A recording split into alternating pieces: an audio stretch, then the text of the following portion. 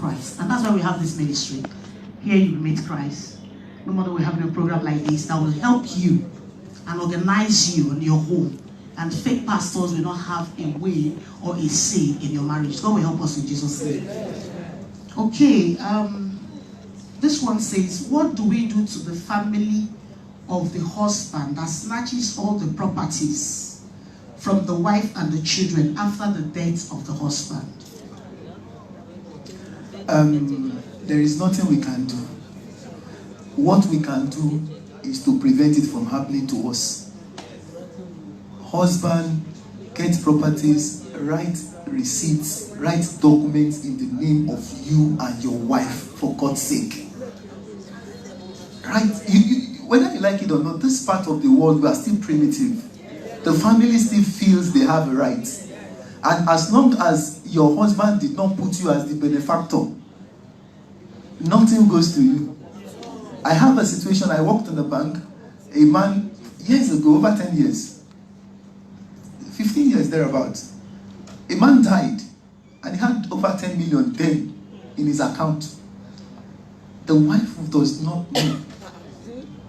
And then the bank where I work, the branch, the woman said, this is a continuous income for us.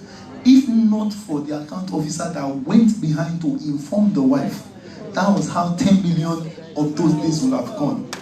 Let's involve our wife. The wife will be able to stand up and say, we bought it together. If possible, some things, buy it in her name. Buy it in the name of your children. Please. Okay. Buy properties in the name of your what? Of yourself. You know, I think we've treated something like that here. When we said when you want to even buy the brush, write Mr. and Mrs. And not just Mr. and Mrs. Mr. Bankole and Mrs. Yemisi, you know, Akimade, because Mrs. can be any Mrs. Do you remember we said something like that? One of our marriage conferences here. We've been taught that. Because any Mrs., you say Mr. Bankole and Mr. and Mrs. Bankole.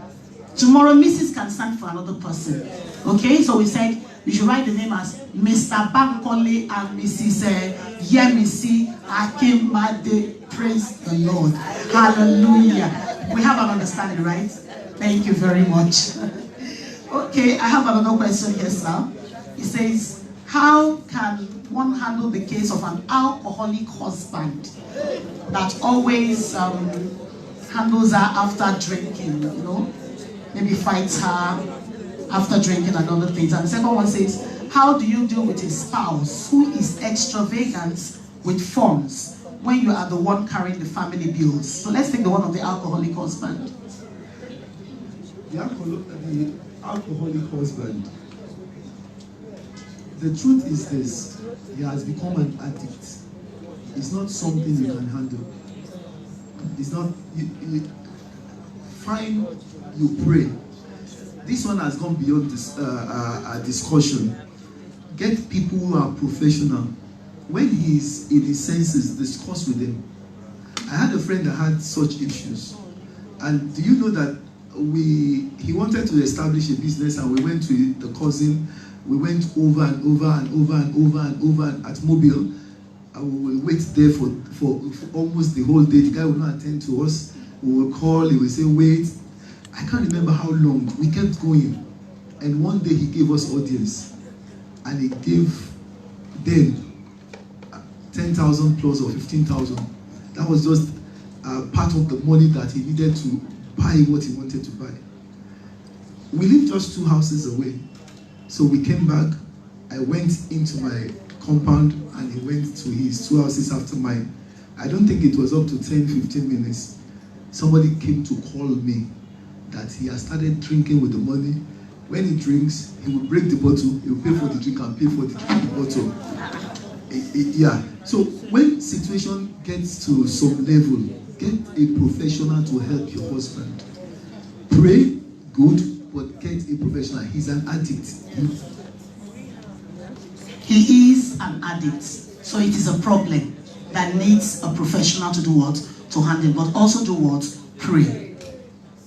This from a young person. I don't know if we should take it here. He says, If you're dating a guy and caught him cheating on you through his WhatsApp chats with a lady, but the only response he could give you was, after all, he knew when you went to see your ex-boyfriend without his consent and he forgave you. So your complaint is just a flimsy excuse, but we later apologize. Is it right to continue such a relationship so we can help the young ones in our midst here? What I'll tell you is this: the same thing will happen in marriage. If the guy is wrong and is not sober, if he gets to marriage, he will also be wrong and he will not be sober. There's a difference between doing something as a mistake and staying in something because you also did or you also have done it once. So I don't encourage such. Just pack your bag and get out. The guy is not ready to be serious with you. Thank you very much. My question is, Pastor Utsi, please, if a wife took her husband money without his knowledge, can this cause conflicts even when telling him later? Even when telling him later.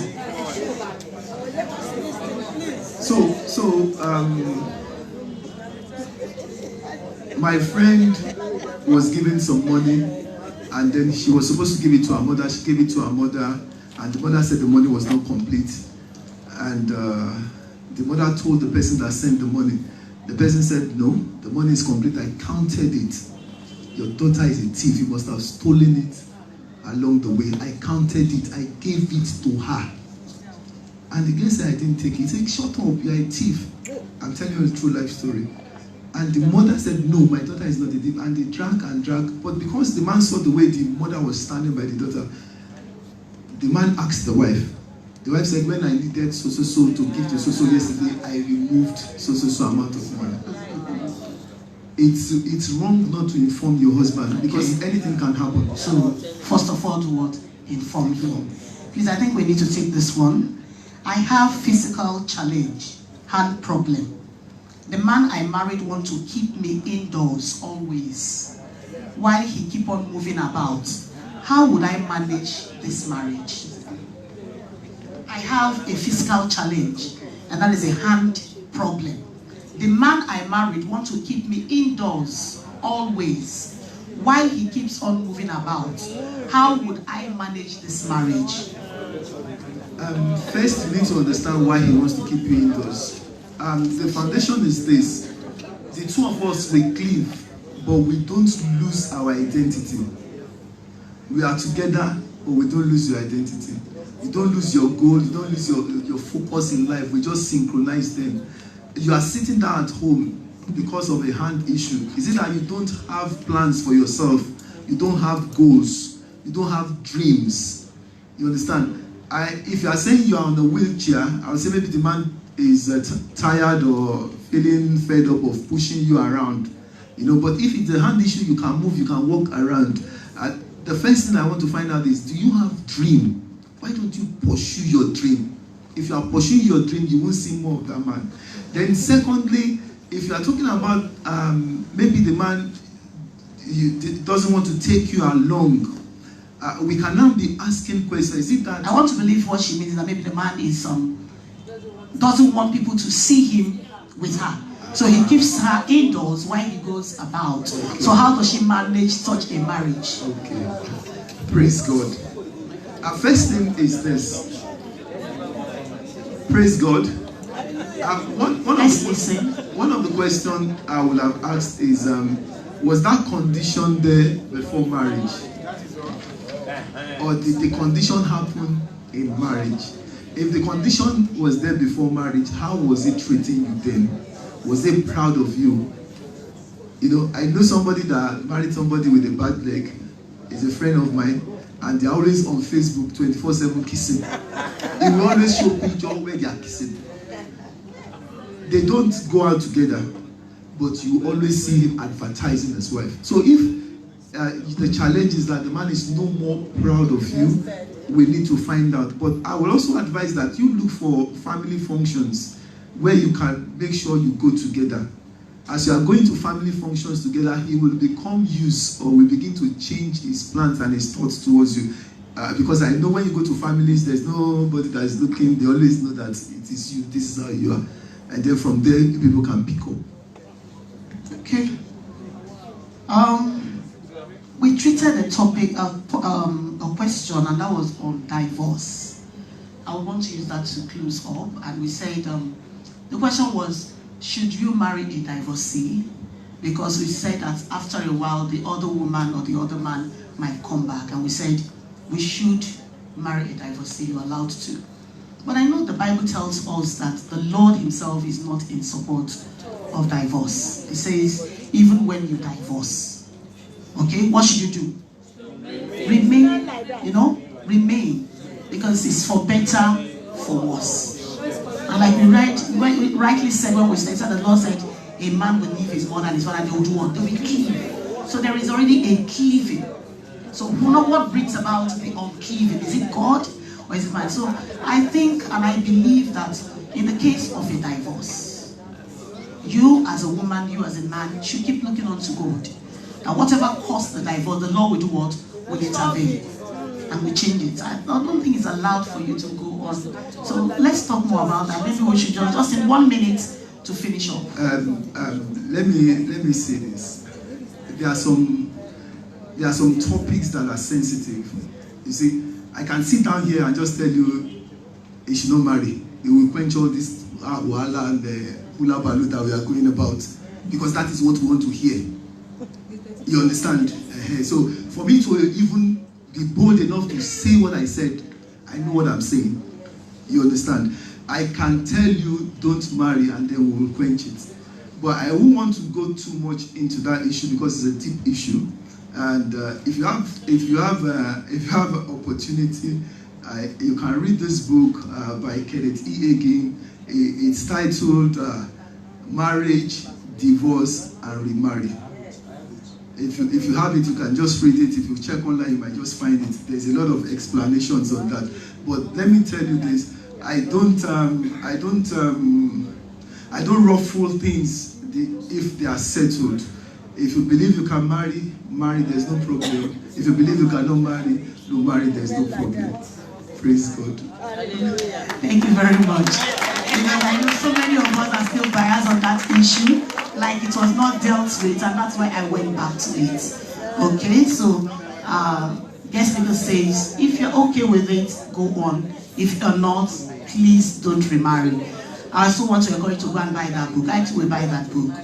Thank you very much. So here we are today, and the topic says managing conflicts in marriage. And you and I know there is no way that there cannot be conflict in what? In marriage. From different backgrounds, like we heard today, from different cultures, different upbringing, different mentalities, and then coming together to live in the same roof, there will be what? Conflicts. But I want to encourage us based on what we've learned today. I guess the Bible said something that is very striking. He said, don't take an action when it's hot. He said the 30 minutes what? Rule. I like that. Sometimes it could be more than 30 minutes. Because I know some people that are so hot-tempered that 30 minutes is not enough for them to what? To cool down. So it could be a one-day rule itself. Praise the Lord. But what are we trying to say? Don't react when it is what? When it is hot. Let it calm down, and then you will make a saner decision. There are many ways to manage conflict in marriages. Let us take all the points we've learned today, go back home, study them more. Buy the book he told us to buy. Get more books on this. I want to tell our marriages will become a what?